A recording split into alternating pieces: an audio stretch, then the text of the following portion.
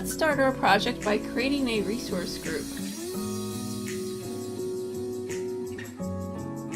The next step is to create a function app and add that to our resource group. Enter a unique name for the function app. We are going to publish with code to the Python runtime stack. Choose your storage account and then select consumption for the plan type.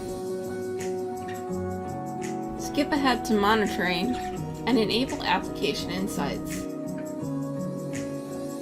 Go ahead and skip to review and create. Carefully review all your function app settings before clicking create.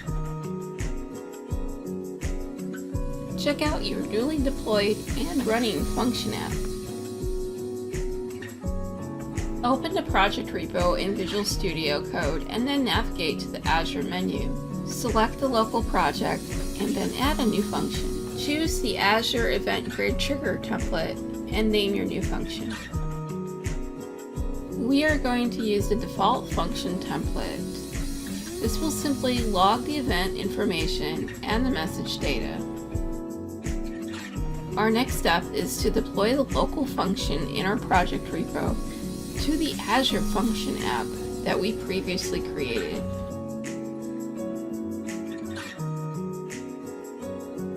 It may take some time to deploy, but you will receive confirmation.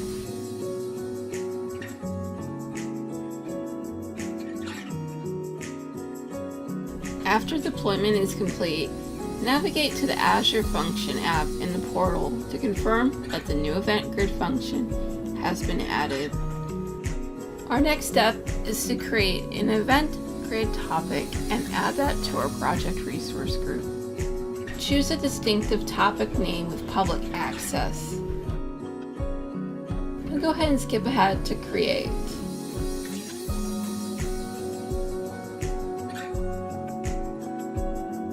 Let's go ahead and check out our newly deployed event grid topic. Our topic is now active and has an endpoint that is secured by authentication. Copy the endpoint address, subscription ID, and access key information for later use.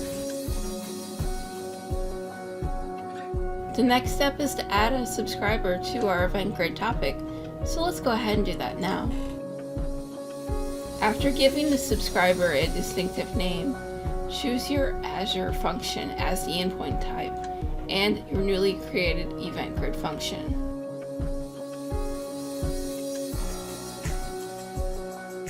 I am going to choose the defaults for the remainder of my setup and then skip ahead to create the event subscription.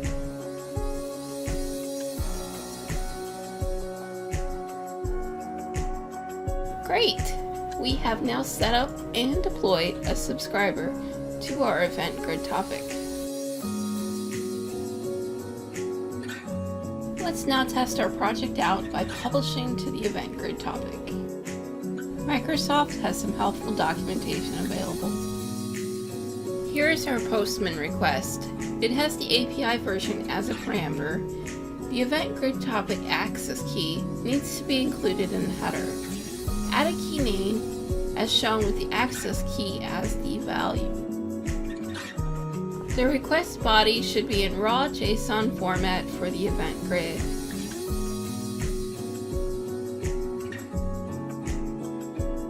Go ahead and substitute your subscription identifier, resource group name, and event grid topic name in the topic section of the JSON body.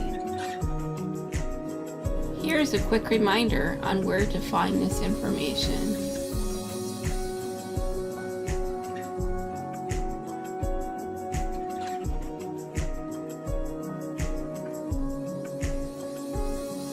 Go ahead and send your request in Postman and then navigate back to the portal to take a look at what happened.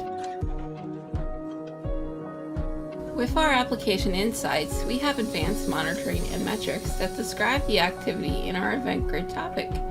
We can see our Postman requests have authenticated with the endpoint and have triggered activity. Let's now take a look at our subscriber function.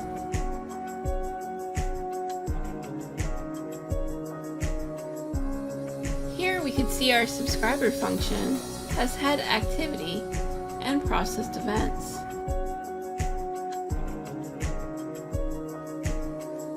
Click on the monitor. Here we can see the subscriber function logging the event information and the data payload received. Great job working on the project. You've now seen the full process.